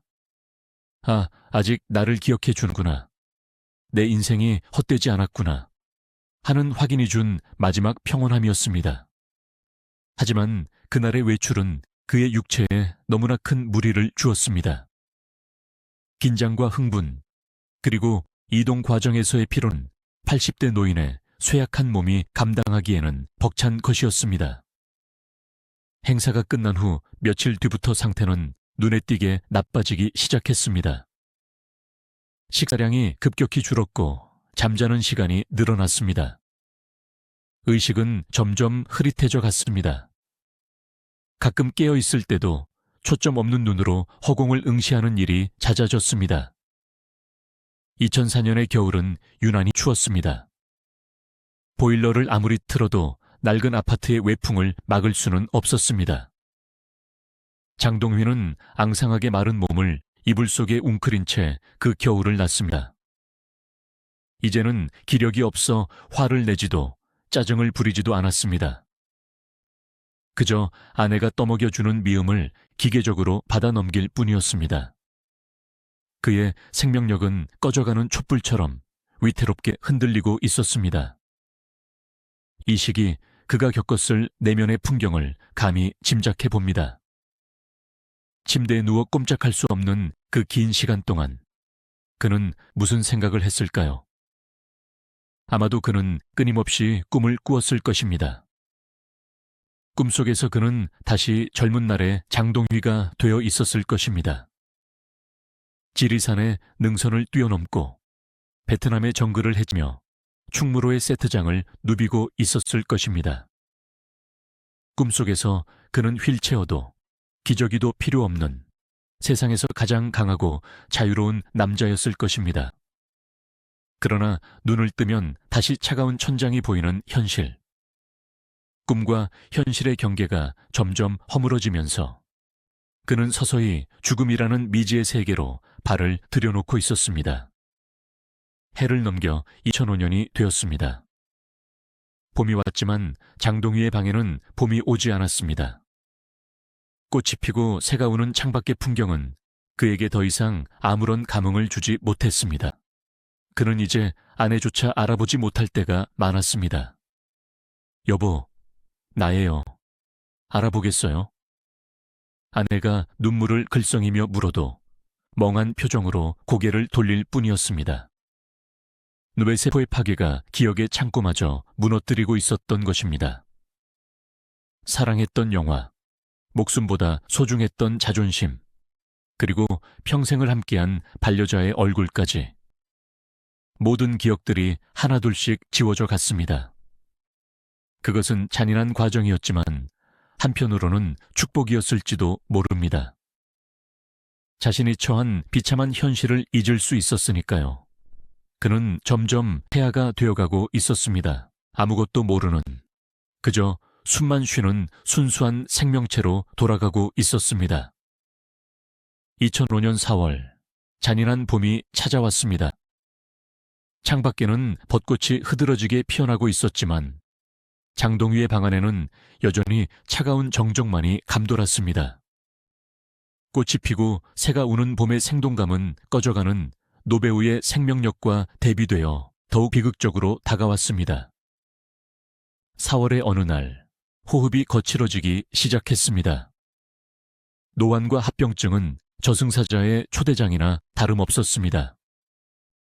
병원으로 옮기자는 가족들의 말에 아내는 고개를 저었습니다. 이제 그만 괴롭힙시다. 병원에 가서 주사바늘 꽂고 기계에 의지해서 며칠 더 사는 게 무슨 의미가 있겠어요. 가시는 길 편안하게 집에서 보내드립시다. 그것은 10년을 하루같이 남편을 지켜온 아내만이 내릴 수 있는 가장 슬프고도 위대한 결단이었습니다. 의사가 왕진을 왔습니다. 마음의 준비를 하셔야겠습니다. 의사의 짧은 한마디가 사형 선고처럼 방 안에 내려앉았습니다. 가족들이 모였습니다. 미국에 있던 자녀들도 급히 귀국했습니다. 좁은 방 안에 침묵이 흘렀습니다. 가쁜 숨을 몰아쉬는 장동휘의 흉곽만이 위태롭게 오르내리고 있었습니다. 그의 마지막 3일. 그는 깊은 혼수 상태에 빠졌습니다. 의식은 없었지만 청각은 마지막까지 살아있다고 합니다. 가족들은 그의 귓가에 대고 사랑한다고, 고생 많으셨다고, 이제 편히 쉬시라고 끊임없이 속삭였습니다. 그 말을 들었을까요? 혼수 상태 속에서도 그의 눈가에는 가끔 물기가 맺혔습니다. 비록 말은 못하지만, 몸은 굳었지만 영혼만은 마지막까지 깨어 가족들의 작별 인사를 듣고 있었던 것입니다. 4월 2일 새벽, 세상이 봄 기운으로 가득 차오르던 그 시간, 장동휘의 호흡이 점점 잦아들었습니다. 거칠던 숨소리가 차분해지고 가파르던 가슴의 움직임이 멈췄습니다. 마치 영화의 엔딩 크레딧이 올라가고 극장의 조명이 꺼지듯 그의 심장 박동 모니터가 일직선을 그리기 시작했습니다. 어떤 드라마틱한 유언도 마지막 몸부림도 없었습니다. 그저 촛불이 다 타서 스스로 꺼지듯 그렇게 조용하고 평화로운 죽음이었습니다. 평생을 총성과 고함 소리 속에서 살았던 액션 스타의 최우치고는 너무나 정적이었지만 오히려 그렇기에 더욱 엄숙하고 비장했습니다. 전쟁터 같은 삶을 살아온 노병이 마침내 무거운 군장을 내려놓고 영원한 휴식에 들어가는 순간이었습니다. 아내의 통곡 소리가 새벽의 정적을 깼습니다. 여보 여보, 그제야 방 안에 있던 모든 이들이 참았던 울음을 터뜨렸습니다. 그러나 장동휘의 얼굴은 편안해 보였습니다. 지난 10년 동안 얼굴을 짓누르던 고통과 회한의 그늘이 걷히고 마치 깊은 잠에 든 아이처럼 평온한 표정이었습니다. 그 시각 방송국에서는 속보를 준비하고 있었습니다. 원로배우 장동휘 별세, 신문사 윤정희는 부고 기사를 찍어내기 위해 돌아가기 시작했습니다. 세상은 다시 한번 그를 기억해낼 준비를 하고 있었습니다. 하지만 그 기억은 이제 살아있는 전설이 아닌 떠나간 신화에 대한 추모가 될 것이었습니다. 우리는 이제 그의 육신이 세상과 작별하는 과정을 지켜봐야 합니다. 영화인장으로 치러진 그의 장례식, 그곳에 모인 수많은 별들의 슬픔, 그리고 그가 한 줌의 재가 되어 돌아가는 마지막 여정. 한 시대를 풍미했던 거인의 장례 절차는 단순한 의식이 아니라 한국 영화사의 한 챕터가 닫히는 역사적인 순간이었습니다. 그 슬프고도 장엄했던 배웅의 현장으로 여러분을 안내합니다. 2005년 4월 2일 아침, 대한민국은 한 시대를 풍미했던 거인의 부고를 접했습니다. 조간신문 한 귀퉁이, 혹은 인터넷 뉴스 사회면의 한 줄 기사. 원로 배우 장동휘 별세. 그 짧은 문장은 흑백 영화 시대를 기억하는 올드 팬들의 가슴을 서늘하게 긁고 지나갔습니다. 젊은 세대에게는 그저 낯선 이름의 노인이 세상을 떠난 것에 불과했을지 모르지만 격동의 50에서 60년대를 살아낸 이들에게 그 소식은 단순한 타인의 죽음이 아니었습니다. 그것은 가난하고 거칠었던 시절, 자신들을 대신해 울어주고 싸워주었던 형님이자 아버지를 잃는 상실감이었습니다. 서울 아산병원 장례식장. 서둘러 마련된 빈소에는 국화꽃 향기가 진동하기 시작했습니다. 영정 사진 속의 장동휘. 유가족들은 그가 가장 빛나던 시절, 가장 강인했던 모습이 담긴 사진을 골랐습니다. 짙은 눈썹, 꽉 담은 입술, 그리고 세상을 꿰뚫어 볼 듯한 그 강렬한 눈빛. 사진 속의 그는 여전히 살아있는 호랑이처럼 기운이 넘쳤지만 그 사진 아래 놓인 국화꽃더미 뒤에는 싸늘하게 식은 육신이 누워 있었습니다. 이 비현실적인 대비말로 장례식장이 주는 가장 잔인한 아이러니였습니다. 영원히 늙지 않는 이미지와 필멸할 수밖에 없는 인간의 숙명이 한 공간에서 마주보고 있었습니다. 빈소가 차려지자마자 충무로의 별들이 하나둘씩 모여들기 시작했습니다. 그들의 면면은 그대로 한국 영화의 역사였습니다. 가장 먼저 달려온 이는 영원한 라이벌이자 동료였던 신영균이었습니다. 휠체어를 타고 행사장에 나타났던 장동휘를 끌어안고 울었던 그였습니다. 검은 양복을 입고 빈소에 들어선 신영균의 어깨는 처져 있었습니다. 그는 영정 사진을 한참이나 바라보았습니다. 아무 말도 하지 않았지만 침묵 속에는 수만 마디의 대화가 오가고 있었을 것입니다. 형님, 먼저 가셨소. 거기서는 아프지 마시오. 라이벌이 사라진 세상에 홀로 남겨진 자의 고독. 그것은 겪어보지 않은 사람은 알 수 없는 깊은 슬픔이었습니다. 이어 원로 배우 남궁원, 윤양하, 태현실, 한 시대를 주름잡았던 음악의 스타들이 줄을 이었습니다. 이제 모두 백발이 성성한 노인이 되어 있었습니다. 젊은 날 장동휘와 함께 밤을 새워 촬영하고 술잔을 기울였던 전우들. 그들은 빈소에 들어서며 오열했습니다. 단순히 동료를 잃은 슬픔 때문만은 아니었을 것입니다. 장동휘의 죽음은 곧 자신들의 시대가 완전히 저물었음을 알리는 신호탄이었기 때문입니다. 장 형님이 가셨으니 이제 우리 차례인가. 그들은 국화꽃을 바치며 자신의 지나온 청춘과 작별 인사를 나누고 있었습니다. 후배 배우들의 조문도 끊이지 않았습니다. 안성기, 박중훈, 최민수, 한국 영화의 허리를 담당하고 있는 그들에게 장동휘는 넘을 수 없는 산이자 영원한 스승이었습니다. 특히 터프가이 계보를 잇는 최민수 같은 배우에게 장동휘는 신화적인 존재였습니다. 그는 빈소 앞에서 무릎을 꿇고 절을 올리며 선배가 남긴 남성성의 유산을 기렸습니다. 비록 세대는 다르지만 카메라 앞에서 자신을 태워 연기한다는 그 뜨거운 동질감이 선후배를 하나로 묶어주었습니다. 빈소의 풍경은 밤이 깊어질수록 더욱 애잔해졌습니다. 소주잔이 돌고 예시아기들이 흘러나왔습니다. 그때 장 형님이 촬영장에서 말이야, 감독한테 대들다가도 스태프들 밥은 꼭 챙겼지. 돈 생기면 다 남 줘버리고 빈털터리로 집에 가던 양반이었어. 사람들은 그가 얼마나 연기를 잘했는지보다 얼마나 인간적이었는지를 더 많이 이야기했습니다. 호탕했던 웃음소리, 거칠지만 따뜻했던 손길, 그리고 후배들을 감싸주던 넓은 등. 죽음은 그의 육신을 가져갔지만 그가 남긴 온기는 사람들의 기억 속에서 되살아나 빈소를 가득 채우고 있었습니다. 하지만 그 훈훈한 추억담 뒤편에는 짙은 회한이 깔려 있었습니다. 우리가 너무 무심했어. 그렇게 아픈 줄 알았으면 좀 더 자주 찾아뵐 걸.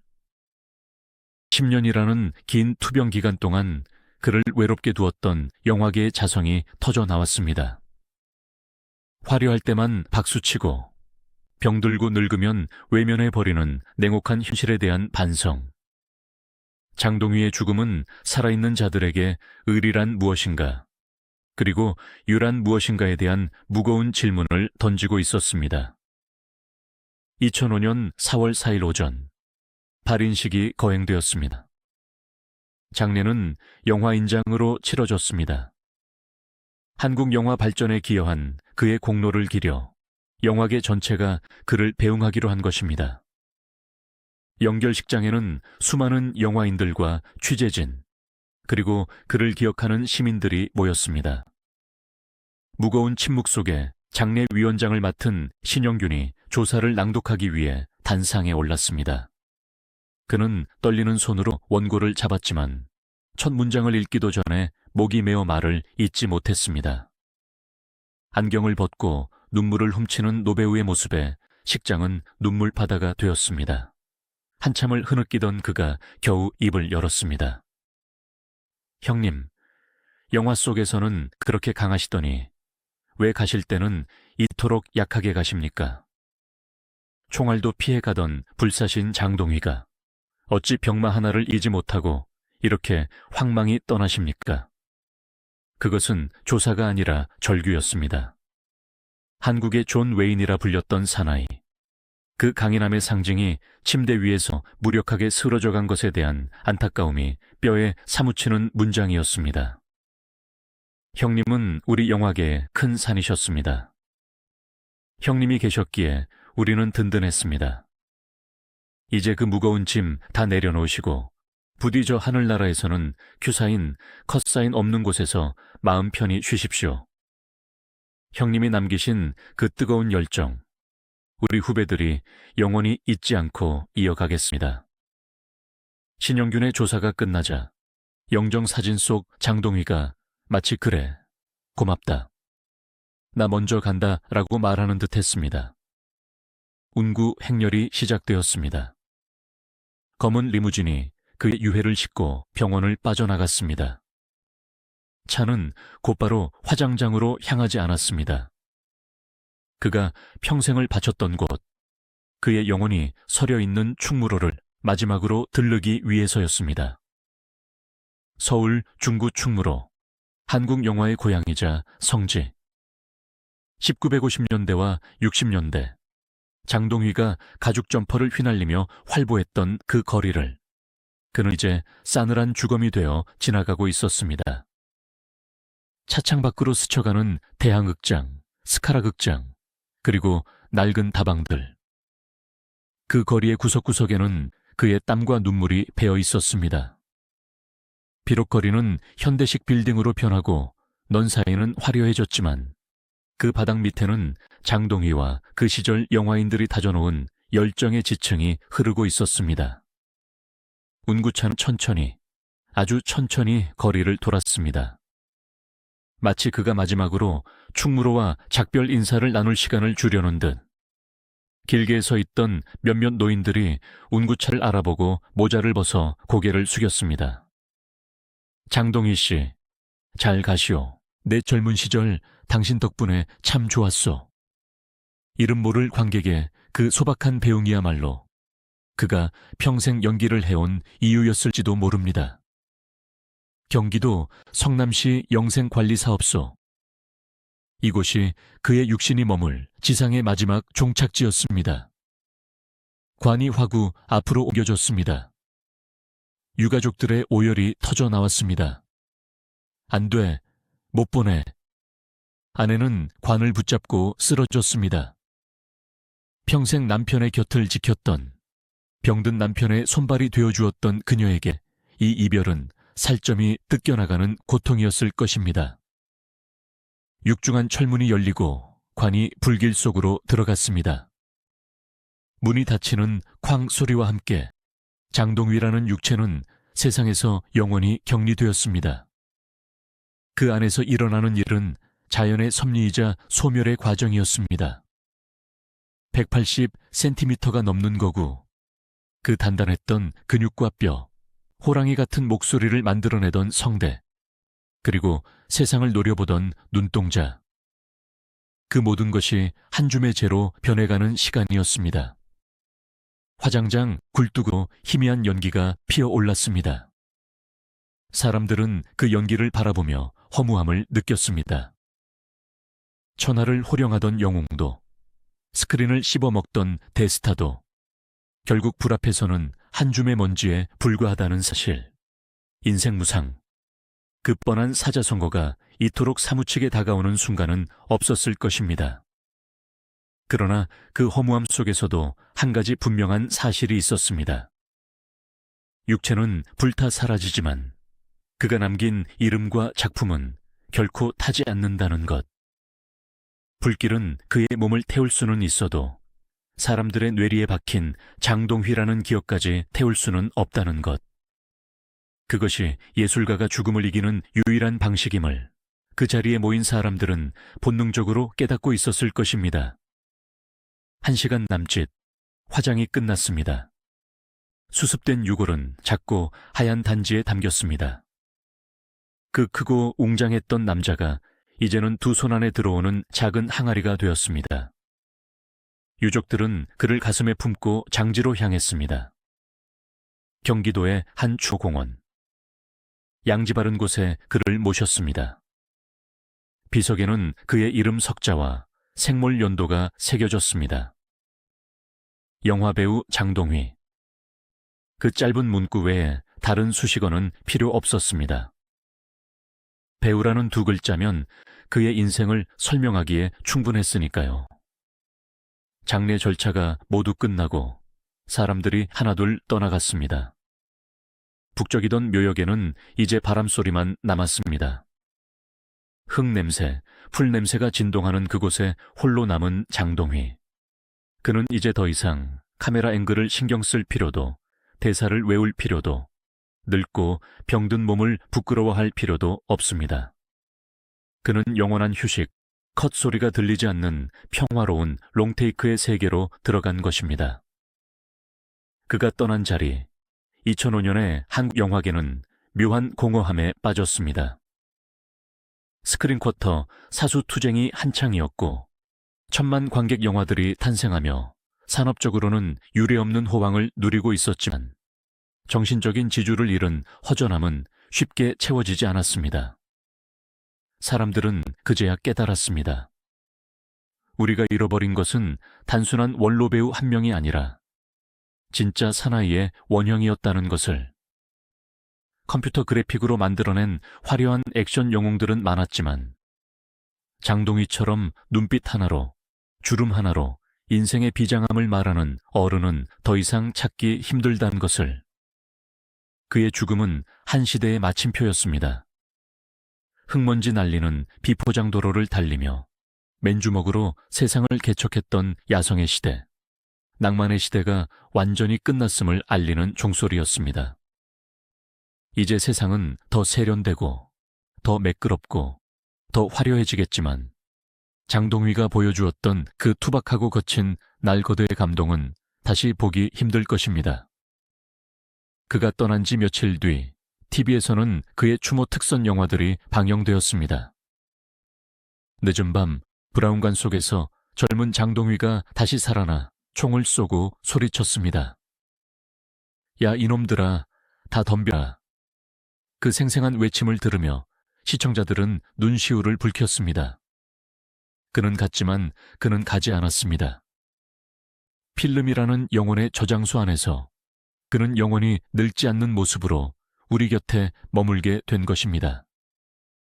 한 인간의 육체적 죽음을 넘어 그가 남긴 정신적 유산이 오늘날 우리에게 어떤 의미로 다가오는지, 그리고 왜 우리는 21세기의 한복판에서 여전히 20세기의 그 투박한 남자를 그리워하는지, 그에 대한 마지막 평가와 헌사, 그리고 못다한 이야기를 정리하며 대단원의 막을 내릴 시간입니다. 이야기는 끝나지만 기억은 영원히 계속될 것입니다. 장동휘라는 거목이 쓰러진 후 한국 영화계에는 한동안 채워지지 않는 거대한 구멍이 생겼습니다. 단순히 연기 잘하는 원로 배우 한 사람이 사라진 것과는 다른 차원의 상실감이었습니다. 그가 떠남으로써 우리는 한국 영화가 가졌던 어떤 한 시절의 온도와 영원히 작별해야 했기 때문입니다. 그것은 뜨겁고 거칠고 투박하지만 그 무엇보다 진실했던 아버지의 시대, 혹은 야성의 시대가 마감되었음을 의미했습니다. 오늘날의 스크린을 보십시오. 매끈한 피부와 조각 같은 외모, 섬세한 감성을 지닌 꽃미남 스타들이 넘쳐납니다. 컴퓨터 그래픽으로 만들어진 화려한 액션이 눈을 사로잡고 복잡하고 세련된 시나리오가 뇌를 자극합니다. 분명 기술은 진보했고 산업은 거대해졌습니다. 하지만 우리는 가끔 아주 사무치게 그 옛날의 촌스러운 흑백 화면이 그리워질 때가 있습니다. 흙먼지 뒤집어 쓴 채 땀 냄새를 풍기며 말보다는 주먹으로, 주먹보다는 그 깊은 눈빛으로 모든 것을 설명하던 그 투박한 사내들이 그리워집니다. 그 그리움의 정점에 바로 장동위가 서 있습니다. 그가 우리에게 남긴 유산은 무엇일까요? 단지 300여 편이라는 방대한 필모그래피나 액션 스타 1세대라는 타이틀만이 전부는 아닙니다. 그가 진정으로 남긴 것은 고통스러운 현대사를 온몸으로 통과해낸 한국 남성의 초상 그 자체였습니다. 식민지 시대에 태어나 전쟁을 겪고 폐허 위에서 가족을 먹여 살리기 위해 발버둥 쳐야 했던 그 시절의 아버지들. 겉으로는 무뚝뚝하고 강해 보이지만 속으로는 시커멓게 타들어가던 그들의 슬픔과 고독을 장동위는 자신의 얼굴로, 자신의 몸짓으로 대변해 주었습니다. 그가 스크린 속에서 맞고 쓰러지면서도 다시 일어날 때 관객들은 그를 통해 고단한 현실을 버텨낼 힘을 얻었습니다. 그는 단순한 연기자가 아니라 시대의 아픔을 위로하는 무당이자 치유자였던 셈입니다. 하지만 우리는 그 빛나는 유산의 이면에 감춰진 비극적인 그림자 또한 잊어서는 안 됩니다. 그의 말년은 우리 사회가 예술가라는 존재를 어떻게 대우하고 소비하는지를 적나라하게 보여준 아픈 거울이었습니다. 대중은 그가 영원히 강한 영웅으로 남아주길 원했지만 정작 그 영웅이 늙고 병들어 도움이 필요할 때는 너무나 냉정하게 등을 돌렸습니다. 화려한 조명이 꺼진 뒤 땡전 한 푼 없이 병마와 싸워야 했던 그의 고독한 10년은 스타라는 허상 뒤에 숨겨진 인간의 나약함과 노후 복지 사각지대에 놓인 원로 예술인들의 비참한 현실을 고발하는 무언의 증언이었습니다. 그의 죽음 이후 영화계에서는 자성의 목소리가 터져 나왔고 원로 영화인들을 위한 복지 기금 마련과 처우 개선에 대한 논의가 본격화되었습니다. 비록 그는 가난 속에 쓸쓸히 떠났지만 그의 희생은 남아있는 후배들이 조금 더 존엄하게 늙어갈 수 있는 작은 디딤돌이 되었습니다. 이것이야말로 그가 마지막으로 자신의 죽음으로써 세상에 남긴 또 하나의 묵직한 메시지가 아닐까 합니다. 이제 마지막으로 필름 속에 박제된 그의 모습을 떠올려 봅니다. 영사기가 돌아가고 빗줄기가 어둠을 가르면 죽었던 그는 다시 살아납니다. 영화 돌아오지 않는 해병의 마지막 장면. 전우들의 시체를 넘고 넣어 끝까지 고지를 향해 기어 올라가던 그 처절한 눈빛, 또는 영안에서 자식들의 밥숟가락을 바라보며 짓던 그 슴슴하고 따뜻한 미소. 그 장면들 속에서 장동휘는 늙지도 병들지도 죽지도 않습니다. 그는 영원한 현재 진행형으로 우리 곁에 숨 쉬고 있습니다. 육체는 유한하여 한 줌의 재로 사라졌으나 예술은 무한하여 영원히 남는다는 말. 장동휘의 삶과 죽음은 이 오래된 명제가 참임을 증명해 보였습니다. 비록 현실의 그는 기저귀를 찬 채 침대 위에서 고통스럽게 생을 마감했지만 대중의 기억 저장소에 저장된 그는 영원히 검은 가죽 장갑을 끼고 성냥개비를 질겅거리는 천하무적의 사나이로 남아있을 것입니다. 우리는 그를 한국의 존 웨인이라 불렀습니다. 그는 존 웨인의 아류가 아니었습니다. 그는 그저 장동휘였습니다. 누구보다 강했지만 누구보다 약했고 누구보다 화려했지만 누구보다 외로웠던 모순덩어리이자 열정 그 자체였던 인간 장동휘. 그가 떠난 지 오랜 시간이 흘렀지만 가을 바람이 불어와 옷깃을 여미게 될 때면 혹은 삶의 무게가 너무 무거워 주저앉고 싶어질 때면 우리는 문득 그가 그리워질 것입니다. 야, 임마. 사나이가 그까짓 일로 기죽고 그래. 일어나. 하고 등짝을 후려칠 것 같은 그 걸걸한 목소리가 환청처럼 들려올지도 모릅니다. 총을 든 남자는 끝내 침대에 묶인 채 떠났습니다. 그러나 그 묶인 육신을 뚫고 나온 그의 영혼은 이제 저 하늘 위 컷사인이 없는 영원한 무대 위를 자유롭게 누비고 있을 것입니다. 그곳에서는 돈 걱정 없이, 아픈 곳 없이, 먼저 간 이만희 감독과 허장강 배우와 함께 실컷 술잔을 기울이며 영화를 찍고 있겠지요. 잘 가십시오, 우리의 영원한 큰형님. 당신이 보여준 그 뜨거운 불꽃 덕분에 우리의 그 가난했던 시절은 비루하지 않았습니다.